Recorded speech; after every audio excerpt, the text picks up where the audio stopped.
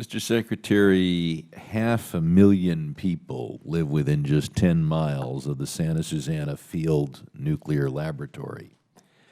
Your department signed the consent order for corrective action in 2007, and the administrative orders on consent in 2010 with the California Department of Toxic Substance Control.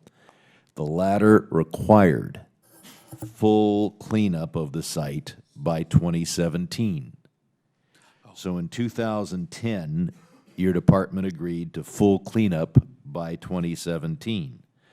But to date, no meaningful cleanup has occurred at all. So you're supposed to be completed by 2017. You haven't started by 2019. Will you come to the San Fernando Valley and explain to people when this site will be fully cleaned up? Ms. Sherman, I would be more than happy to accompany you and try to explain. Well, I'll do my best to explain that what happened the 7 years before I got here and why there wasn't any progress made on that. But I don't know if I'll be successful in convincing I look anybody. forward to joining you in the San Fernando Valley, and I thank your making that comment for the record. Countries that are our friends live by the Non-Proliferation Treaty if they signed it. Iran and North Korea have gone toward a nuclear program without the additional protocol with the IAEA. And we have Saudi Arabia, which claims to be our friend, but at least when it comes to nuclear matters, seems to be acting like a rogue state.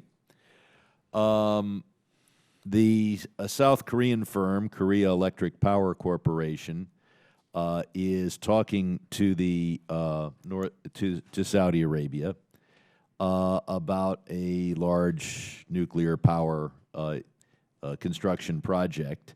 That project, the South Korean nuclear project, is based on American technology.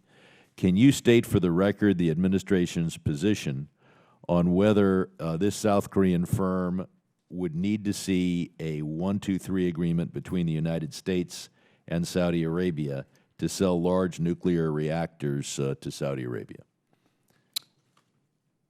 Mr. Sherman, what I think would be helpful here is that people understand the Part 810 and I'm going to get to a Part 810 question, but the first question is South Korea free to build large nuclear plants in Saudi Arabia using American technology? Here would be my answer is it would be no, because they would require a Part 810 before they could go into because that is U.S. technology. Well, I think they'd also need a 1-2-3 agreement, but I agree with you, it is U.S. technology. Yes, sir. Can you commit to that the administration won't enter into a nuclear cooperation agreement with Saudi Arabia unless Saudi Arabia signs the additional protocol? This has been our bargaining position on these since the 1990s. Yes, sir.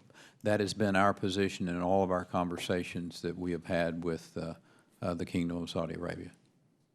Good answer. The Atomic Energy Act, Section 303, requires that you keep Congress fully and currently informed on subject matters relating to atomic energy. You have issued at least 7 Part 810 authorizations to allow U.S. companies to discuss and submit documents to Saudi Arabia seeking their business. It took my office about 6 months to get a copy of these Part 810s. Can you promise to provide the 810 authorizations in the future if they relate to Saudi Arabia to both this committee and the Foreign Affairs Committee promptly? Yes, sir. And let me the caveat on that, Ms. Sherman, would be unless the company deems them to be of proprietary information at that particular point in time. And I don't know all the specific details, but every bit of information that is publicly disclosable, you can bet. Well, I would hope that you keep in mind, members of Congress are trusted Yes, sir. with the most secret information of our intelligence and defense agencies. And- if I'm not going to reveal what I know from the CIA, I think Westinghouse can trust me. Yep. With that, I thank you for your answers. Good answers. Thank you. Thank you. The chair recognizes Mr. Perlmutter for 5 minutes. Gentlemen, thank you for your testimony. Thanks for your stamina. We're getting to the end of the line here. So, first thing, Mr. Secretary, 2033. Okay, I hold this bumper sticker up at a lot of hearings. The undersecretary's familiar with this. This is when